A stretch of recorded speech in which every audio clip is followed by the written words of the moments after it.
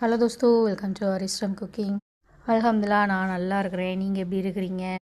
இது என்னோட 29th ரமதான் டேயோட சாப்பாடு தான். நான் ஆல்ரெடி உங்ககிட்ட சொன்ன மாதிரியே நான் ஃபஸ்ட் நாள் வச்சுருந்த சாம்பார் இருந்தது.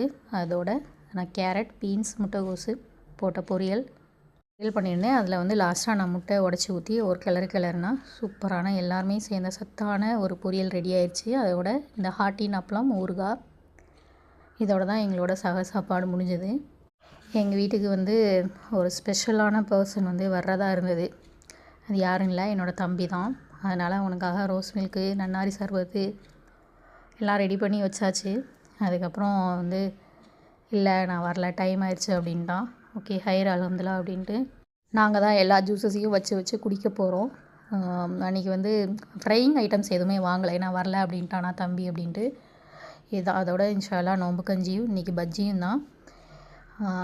இந்த பஜ்ஜி, உளுந்த வடை, பருப்பு வடை இனிமேல் வந்து நோம்பு கஞ்சியோடு மிஸ் பண்ணுவேன். யாரெல்லாம் மிஸ் பண்ணுவீங்கன்னு சொல்லி எனக்கு மறக்காமல் கமெண்ட் பண்ணுங்கள்.